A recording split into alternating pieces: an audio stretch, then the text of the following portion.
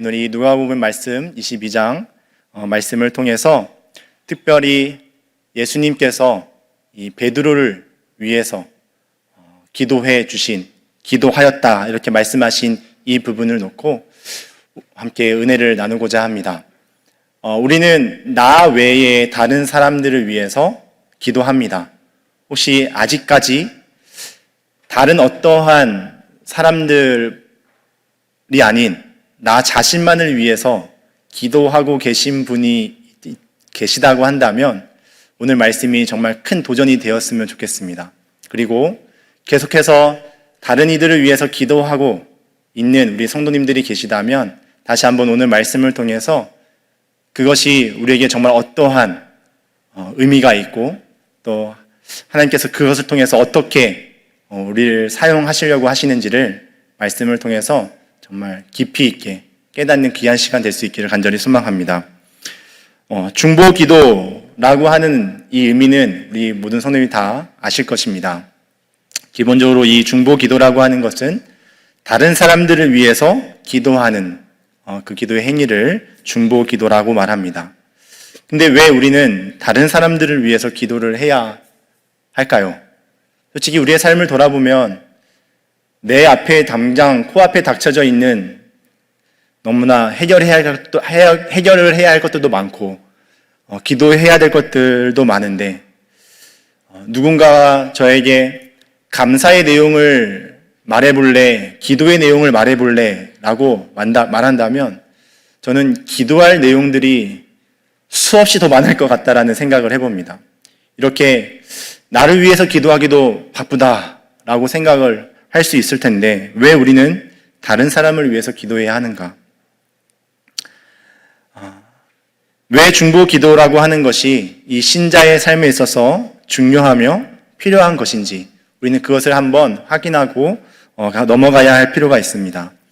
이 중보라고 하는 말의 뜻은 기본적으로 중재의 의미를 가지고 있습니다. 사람과 사람 사이에 이웃과의 관계 안에서 뭔가 관계가 틀어졌을 때 평화를 위해, 화해를 위해, 회복을 위해 그 둘 사이에 개입을 하는 것이죠. 이것이 중재의 의미입니다.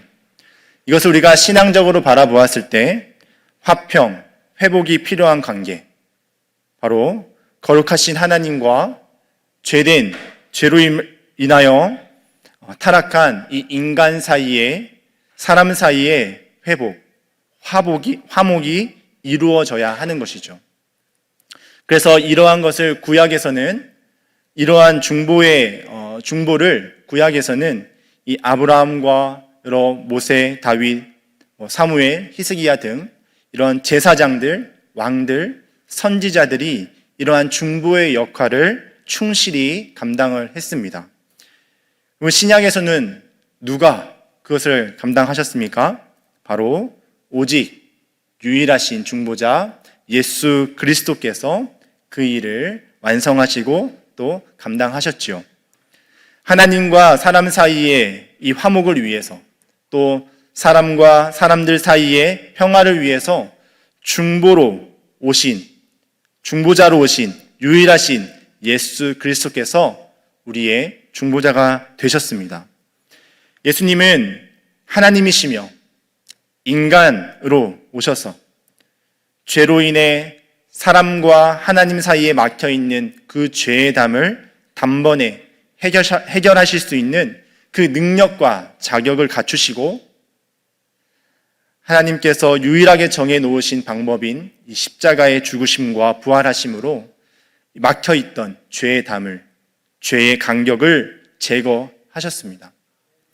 예수께서 하신 이 중보 사역에 대해서 바울 서신과 히브리서에서는 이렇게 말씀합니다.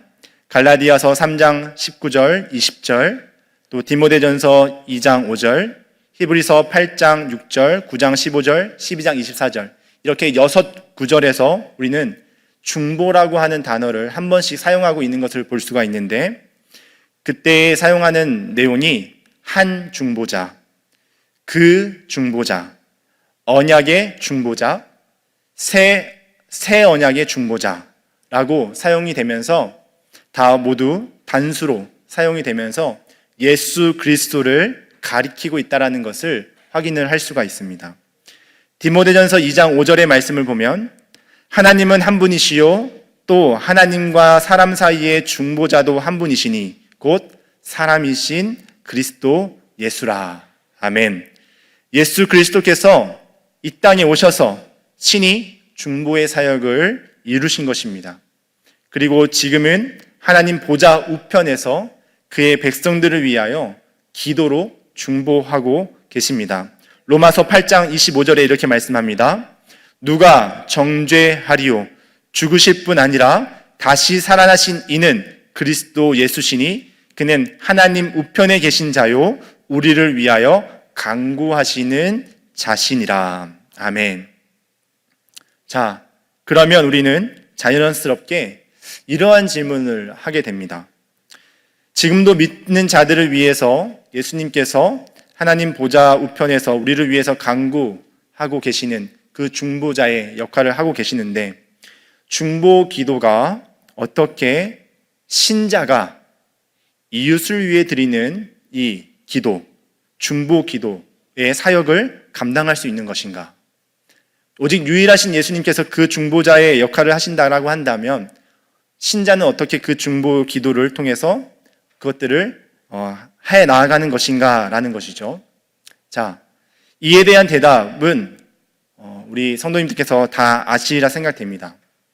간단히 말씀드리면 신자는 하나님께서 하나님과 인간 사이의 회복을 위해서 마련해 두신 이 중보자 예수 그리스도를 믿음으로 예수님을 소유하고 예수님께서 보내신 성령이 그 믿는 자 안에 거하여 계심으로 말미암아 그 이제는 모든 신자가 예수님을 통하여 예수님에 의해서 예수님의 이름으로 기도할 수 있게 된 것입니다.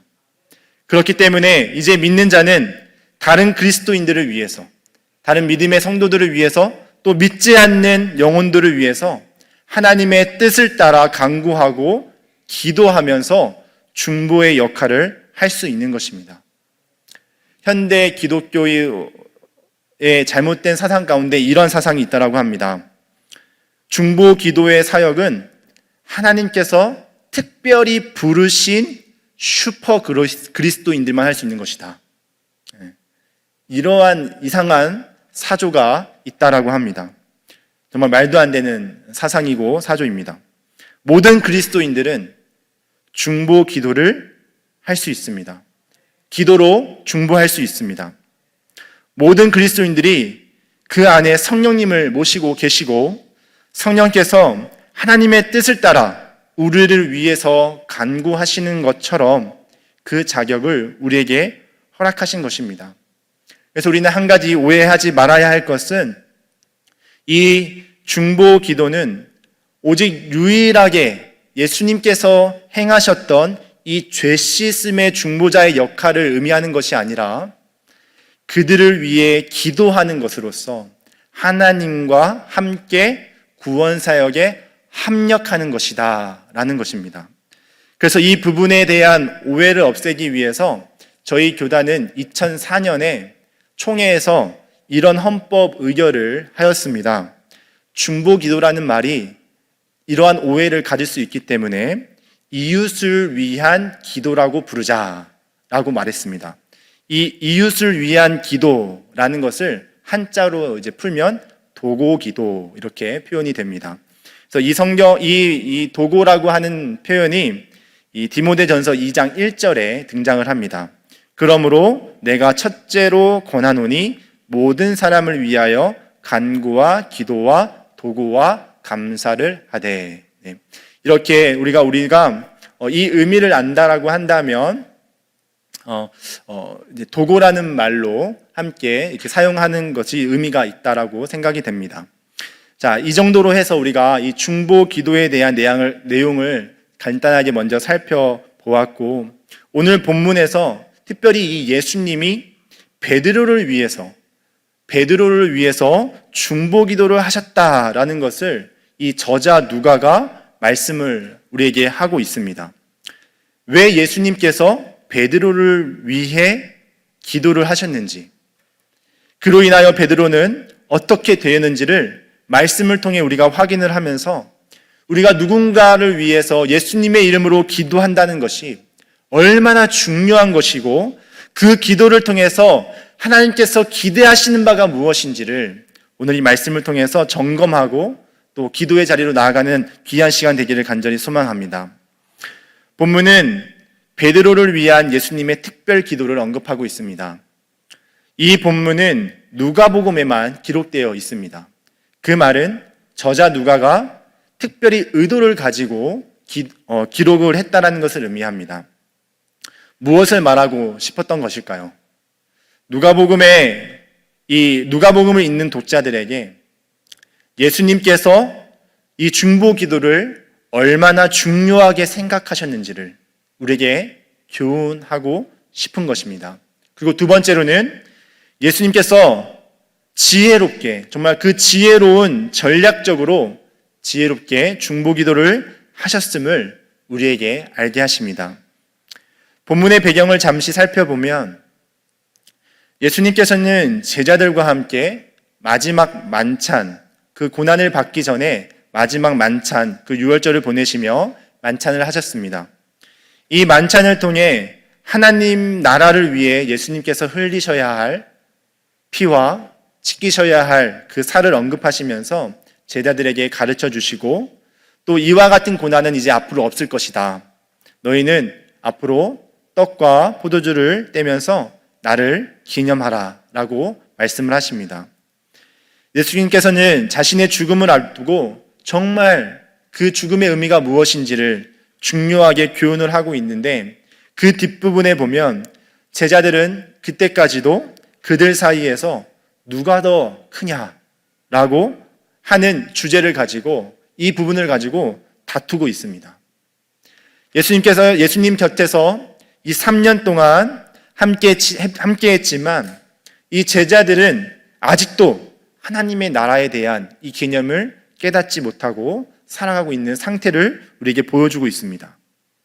자, 이런 제자들의 어리석은 모습을 보시고 예수님께서 말씀을 하십니다. 좀 이해하기 쉽도록 세 번역 성경으로 함께 나누고자 합니다. 뭇 민족들의 왕들은 백성을 위해 군림한다.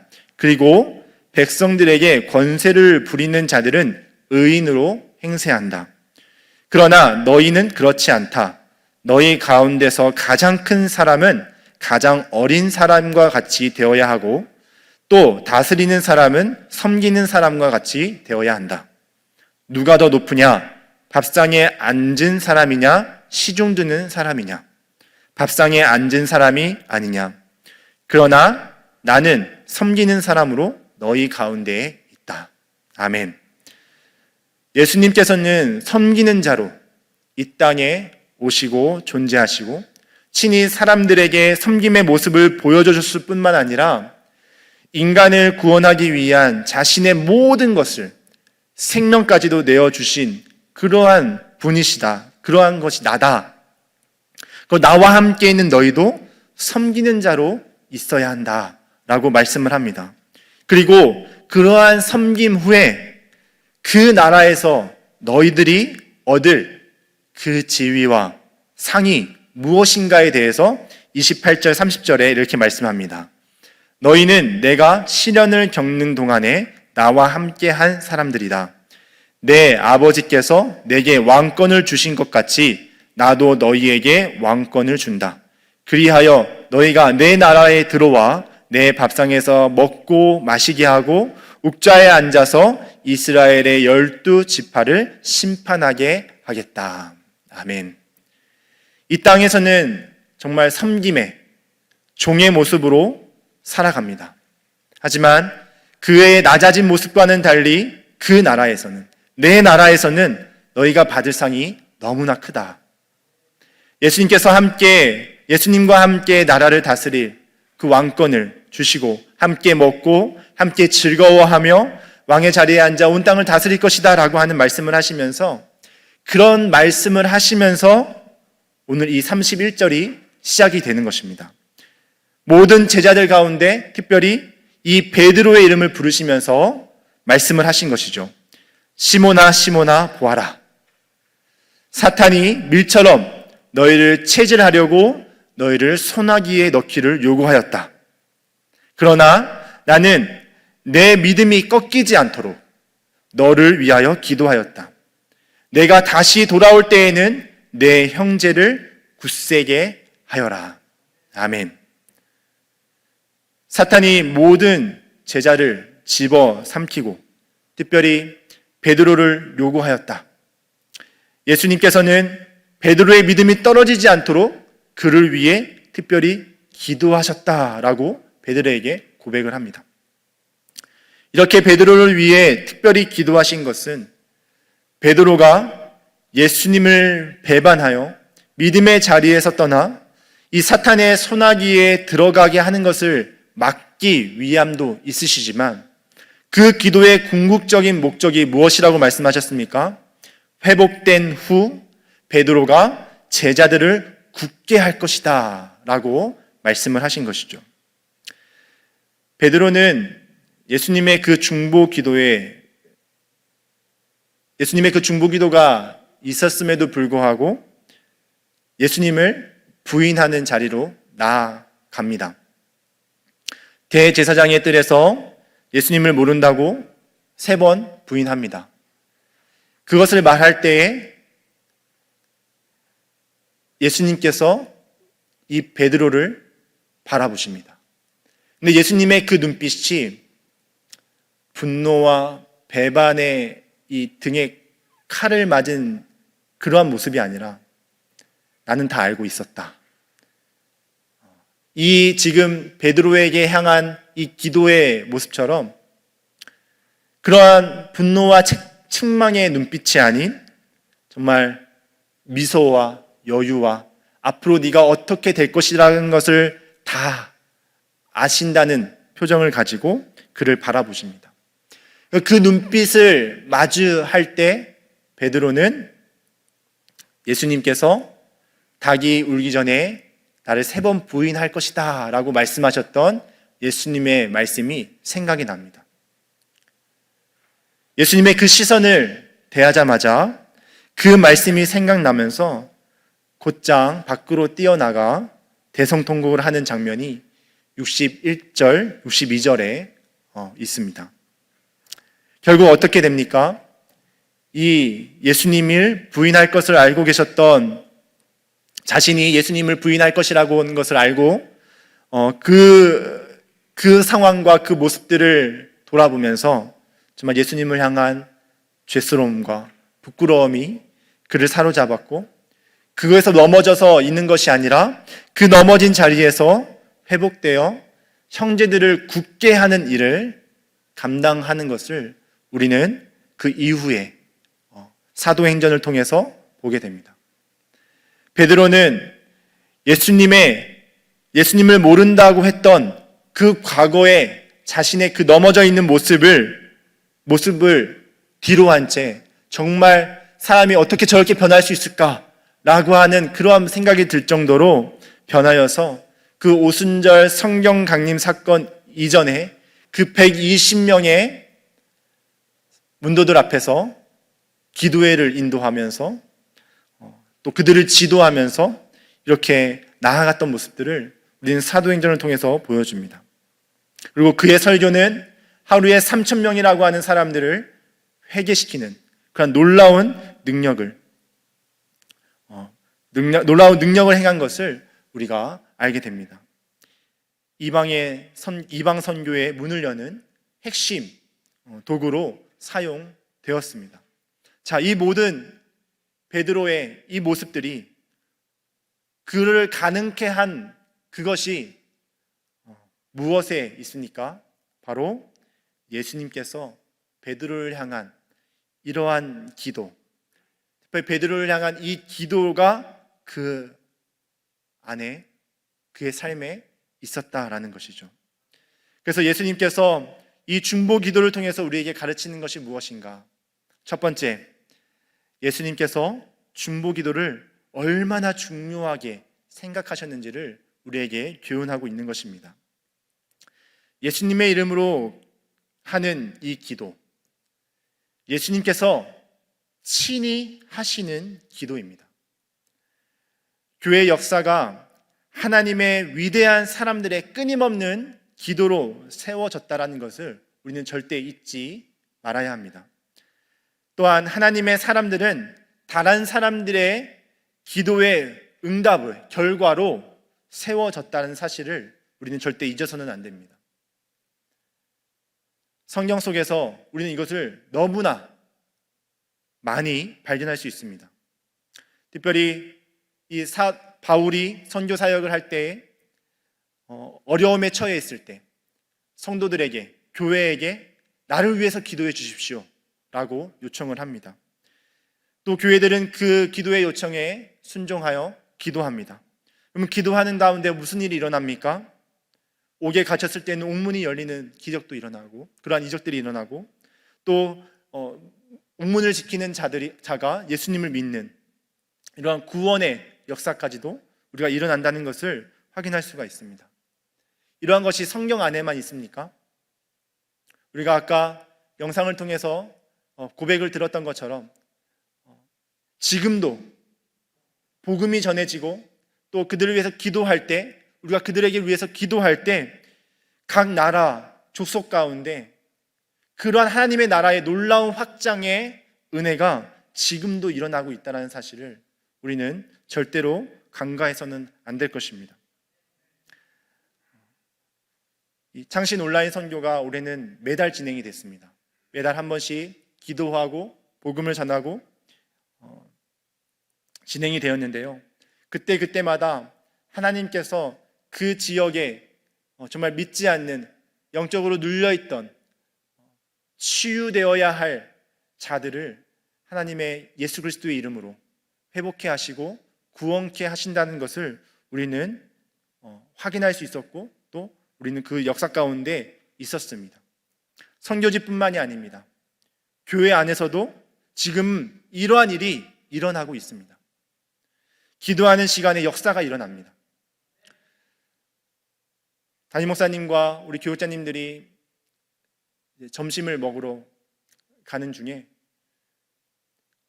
급히 연락을 이제 받을 때가 있었습니다. 지금 어느 성도님께서 수술을 앞두고 계십니다. 아픔 가운데 있습니다.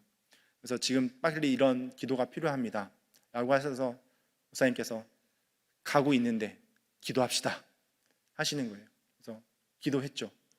밥 먹고 나니까 또 연락을 받으셨어요. 그것이 해결됐습니다. 네, 할렐루야. 지금도 기도의 역사는 일어납니다. 신방 전화를 하다 보면 목사님께서 기도해 주셔서 그동안 기도 제목으로 가지고 있었던 것이 해결됐습니다 라는 고백을 들을 때가 있습니다. 그분이 그냥 저 듣기 좋으라고 그런 말씀을 하신 걸까요? 만약에 정말 그렇게 생각을 하시고 저한테 말씀을 하셨다라고 한다면 네, 그렇습니다. 정말 하나님께서 기도할 때 역사하십니다. 예수님께서 그 자리에 역사하시는 것입니다.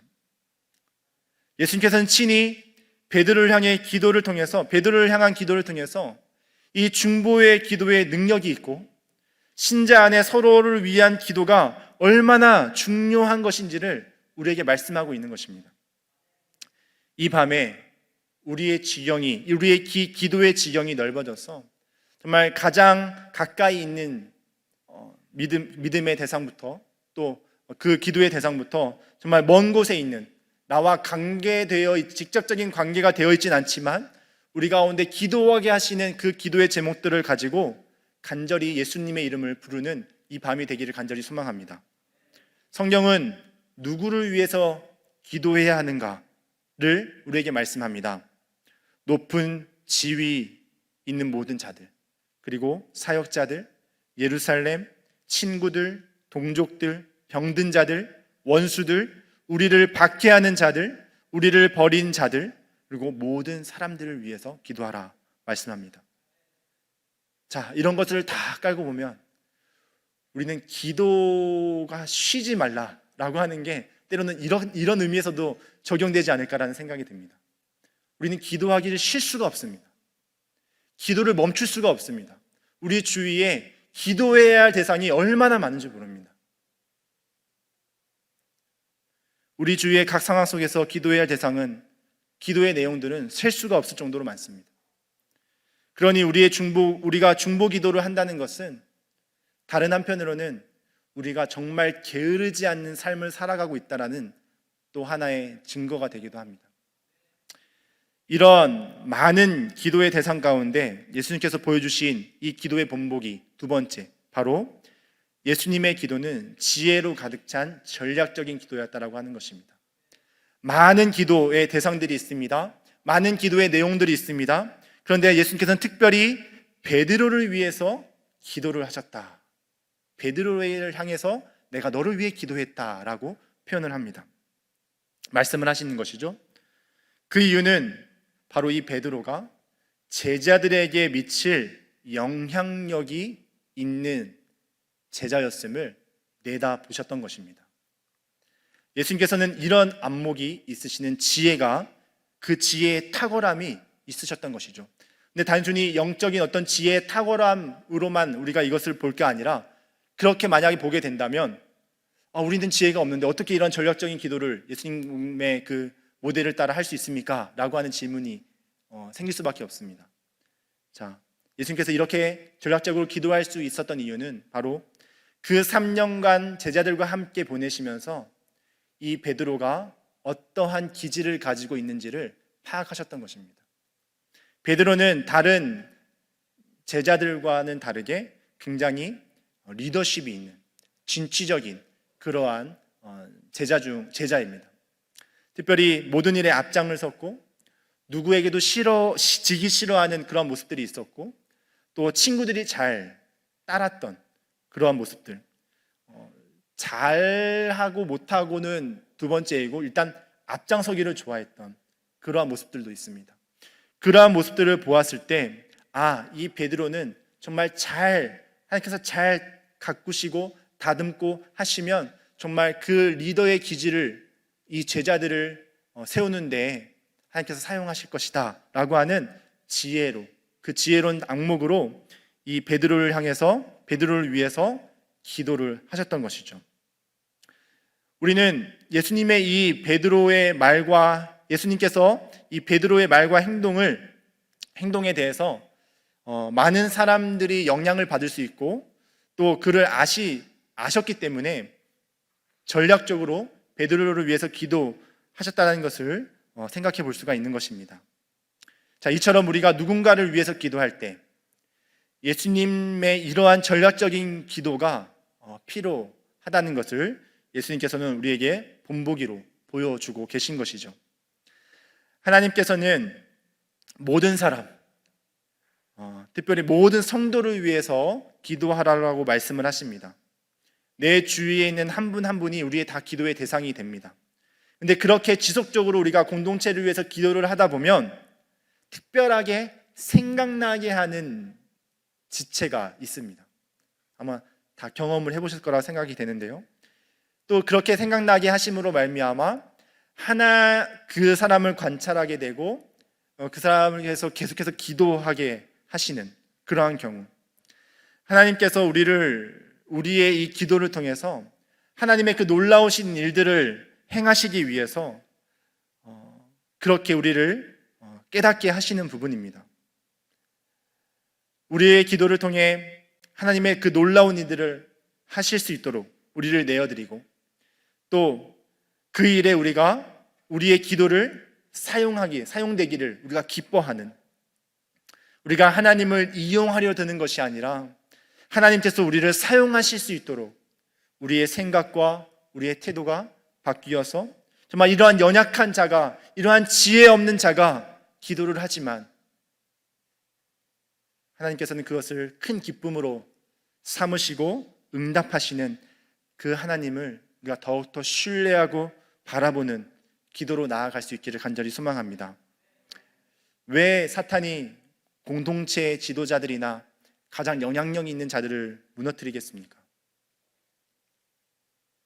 자, 그와 같은 맥락에서 신자가 많은 사람들에게 영향을 끼칠 수 있는 지위에 있는 자나 그럴 가능성이 있는 자들을 위해서 더 집중해서 기도해야 하는 이유가 있는 것입니다.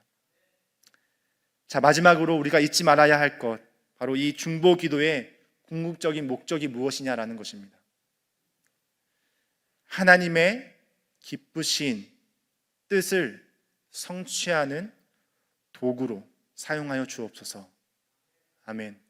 하나님의 기쁘신 뜻을 이루시는 도구로 사용하여 주옵소서. 그들로 하여금 하나님의 영광이 드러나게 하여 주옵소서. 오랜 기도 중에 우리 성도의 질병이 해결되었습니다.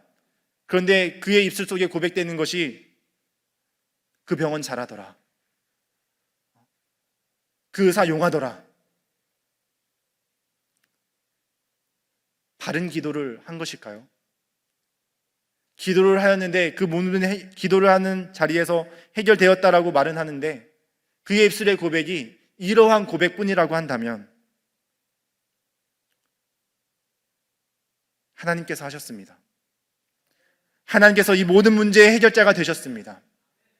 하나님의 살아계심을 그 능력으로 인하여 내가 찬양하며 감사를 드립니다. 이러한 고백이 우리 가운데 넘치기를 간절히 소망합니다. 참된 중보 기도자의 모습은 하나님의 뜻을 알고 그 뜻이 이루어지기를 바라는 그 마음의 기도뿐만 아니라 그 기도의 성취가 되기 위해서 그것이 우리에게 유익이 되든지 유익이 되지 않든지 어떠한 희생이라도 감수하는 바로 그런 예수님의 그런 모습을 닮아 하는 기도입니다. 우리의 영광이 아닌 하나님의 영광을 위해서 하는 것입니다. 그래서 우리는 더욱더 담임 목사님과 부서 사역자님들, 교육자님들, 그리고 교회 장로님들을 위해서 기도해야 합니다. 그리고 우리가 섬기는, 우리가 함께하는 공동체, 구역의 구역장님들, 기관의 기관장님들을 위해서 기도해야 하는 것입니다. 내 주위의 성도들과 자녀들을 위해서 기도해야 하는 것입니다. 하나님의 놀라우신 은혜가, 그 역사가 성도의 기도를 통해 이루어짐을 믿고 이 시간 우리가 기도하는 밤이 되기를 간절히 소망합니다. 기도할 때 우리가 하는 것이 아니라 성령님께서 친히 그 자리에 함께 하시고 강구하심으로 하나님께 영광이 올려되는 그러한 삶의 자리로 나아갈 수 있기를 간절히 소망합니다.